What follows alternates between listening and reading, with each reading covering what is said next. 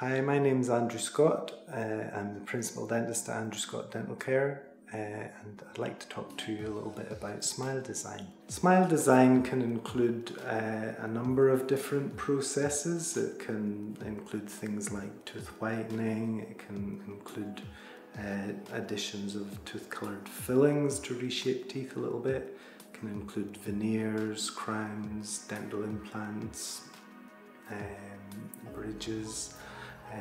All of these things can come together to improve the patient's overall smile, and we don't want to do it just by looking at their teeth alone. We want to do something that matches their whole face, and that's how we can achieve the best result. Sometimes patients aren't really they know that there's something that they don't like about their smile, but sometimes they're not quite sure what it is, so sometimes it might be that their teeth are a little bit too small or too big, or a little bit slightly crowded, or stained.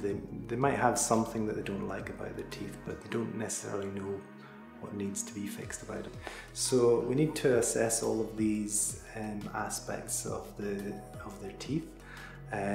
Check that everything's healthy, if not get it healthy, and once we've assessed all of that, then we can speak to them about what improvements and enhancements that we can do to improve their smile. We propose an end result which the patient can have input into this. It also allows us to make their smile in 3D so that they can actually try in the smile before we actually do any work on their teeth at all. So it very much puts the patient in control of their own smile and allows us to be a lot more interactive in the process, which is great because it allows them to help in the design of their smile, which suits them the best. So treatment for smile design is very variable. It depends very much on the treatments that are required for the process. So we'll look at the